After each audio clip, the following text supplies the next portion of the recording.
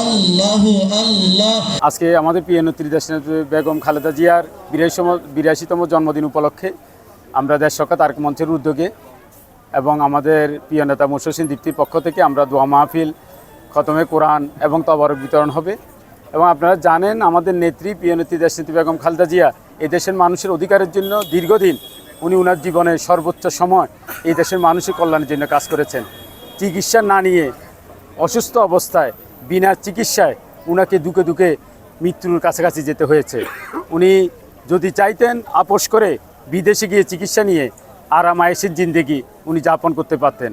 আজকে সেই জায়গা থেকে আমাদের বিএনপি নেতাকর্মীদেরকে শিক্ষা গ্রহণ করতে হবে। আমাদেরকে অন্যায়ের বিরুদ্ধে সোচ্চার থেকে ন্যায় ও সাম্য এবং মানবিক বাংলাদেশ প্রতিষ্ঠা করার জন্য আমাদের প্রিয় নেতা বর্তমান প্রধানমন্ত্রী তারেক রহমানের যে দিক নির্দেশনা, সেই দিক নির্দেশনার আলোকে বিএনপির সর্বস্তরের নেতাকর্মীরা এক্ষেত্রে ভূমিকা রাখবে।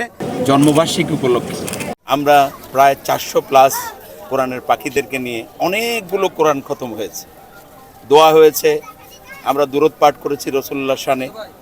এর মাধ্যমে আমরা ওনার পরকালীন যাত্রায় আল্লাহ যেন ওনাকে জান্নাতবাসী করেন এবং ওনার সুযোগ্য উত্তরসূরি বাংলাদেশের বর্তমান প্রধানমন্ত্রী জনাব তারেক রহমান যেন বেগম খালেদা জিয়ার স্বপ্নের বাংলাদেশ গড়ার যে অসমাপ্ত কাজ, এটা যেন শহীদ জিয়া এবং খালেদা জিয়ার স্বপ্নের বাংলাদেশ গড়ার কাজ যেন তারেক রহমানের হাত ধরে আমরা করতে পারি। এই জন্য তারেক রহমানের জন্য আমরা দোয়া করব। সেই জন্য আমাদের এখানে তবারকের ব্যবস্থা করা হয়েছে, প্রায় 1000 খানিক লোকের তবারকের ব্যবস্থা করা হয়েছে। ইনশাআল্লাহ সকলকে নিয়ে, এই কোরআনের পাখিদেরকে নিয়ে আমরা এখানে বসে একসাথে দোয়ায় শামিল হলাম।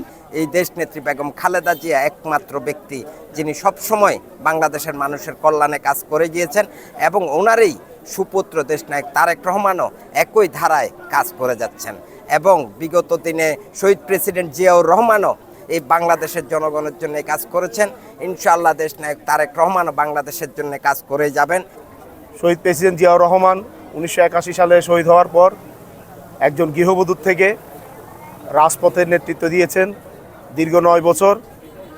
এরশাদ বিরোধী আন্দোলনে সক্রিয় ভূমিকা রেখেছেন এবং 90-এর গণ অভ্যুত্থানের অন্যতম নেতৃত্বের প্রতীক ছিলেন এবং এই দীর্ঘ গণতন্ত্র পুনরুত্থানের সংগ্রামে তিনি আমাদেরকে এই বাংলাদেশের নেতৃত্ব দিয়েছেন। তার এই জন্মবার্ষিকীতে আমরা তাকে গভীর শ্রদ্ধাভরে স্মরণ করি এবং আগামী দিনেও যতদিন বাংলাদেশ থাকবে, বাংলাদেশের রাজনীতি থাকবে, ততদিন দেশনেত্রী বেগম খালেদা জিয়াকে এই জাতি গভীর শ্রদ্ধাভরে স্মরণ করবে।